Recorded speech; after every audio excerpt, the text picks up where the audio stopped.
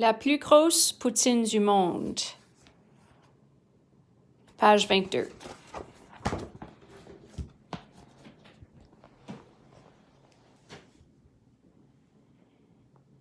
Des chandelles dans la poutine. Le jour de mes 5 ans, je n'ai pas eu de gâteau de fête, mais une poutine, cuisinée par ma mère.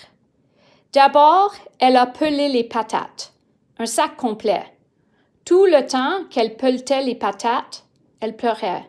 « Maman, ce sont les oignons qui font pleurer. » Elle m'a souri à travers ses larmes. On est allé acheter du fromage en grains ensemble. Ma mère m'a tenu la main jusqu'à la fromagerie La Douceur. Sa main était fraîche, malgré la chaleur de juillet. Au magasin, ma mère m'a expliqué.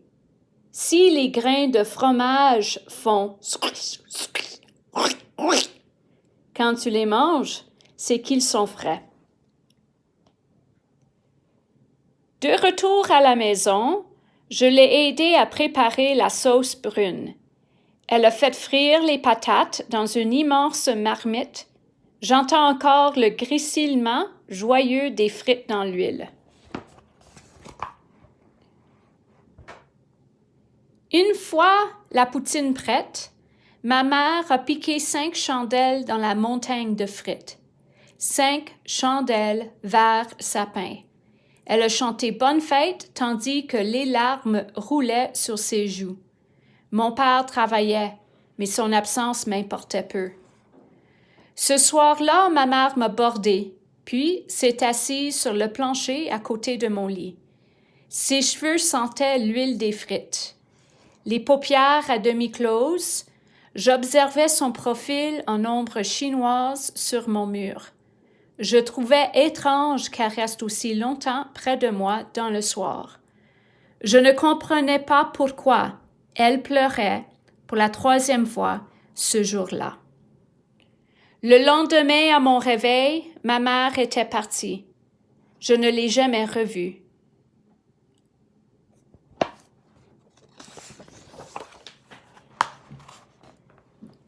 Un clic de souris peut-il changer une vie? Un lendemain de fête, ce n'est jamais réjouissant, surtout quand la fête a été plate à mourir. Lorsque je me lève, mon père est parti depuis longtemps à la boulangerie. Dans la cuisine, ça pue la pizza froide. Les assiettes traînent sur la table. Il n'y a plus de lait pour les céréales. Il n'y a plus de beurre pour les rôtis. Je claque les armoires. Je sors un sac de frites congelées et le vide sur une plaque à biscuits. Pendant que les frites chauffent au four, je prépare une sauce brune en sachet. Puisque je n'ai pas de fromage en grains, je coupe des morceaux de mozzarella et je les dépose sur les frites réchauffées. J'arrose le tout de sauce.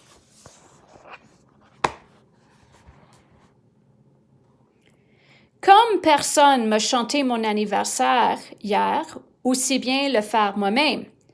En réalité, je ne chante pas, je crie, parce que si je ne crie pas, je vais lancer la vaisselle sale contre le mur. Je mange ma poutine à l'ordinateur en jouant à Angry Birds. J'ai sorti les frites du four trop vite. Certaines sont encore froides au milieu. La sauce a des grumeaux et le fromage n'a pas complètement fondu. Pour mieux faire passer ce déjeuner dégueulasse, je clique sur un de mes sites préférés, celui des records Guinness.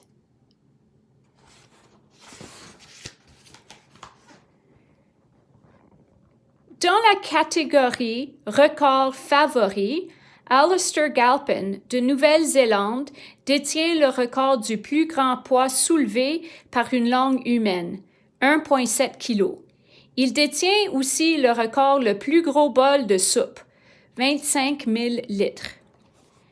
J'essaie d'imaginer un bol de soupe géant, Puis mon regard tombe sur ma poutine à moitié mangée. Une idée germe dans ma tête. Et si je tentais d'établir un record, moi aussi, fabriquer une poutine géante, une vraie bonne poutine, comme celle que préparait ma mère. C'est ça, avoir un projet, ne plus tourner en rond dans notre maison poussiéreuse et silencieuse, établir un record, montrer que je ne suis pas un perdant qui a été abandonné par sa mère et qui vit avec un père impassible et imperméable. Oui, moi, Thomas Gagné, dans le livre des records Guinness. Plus j'y pense, plus j'aime l'idée. Je clique sur la formule d'inscription rapide.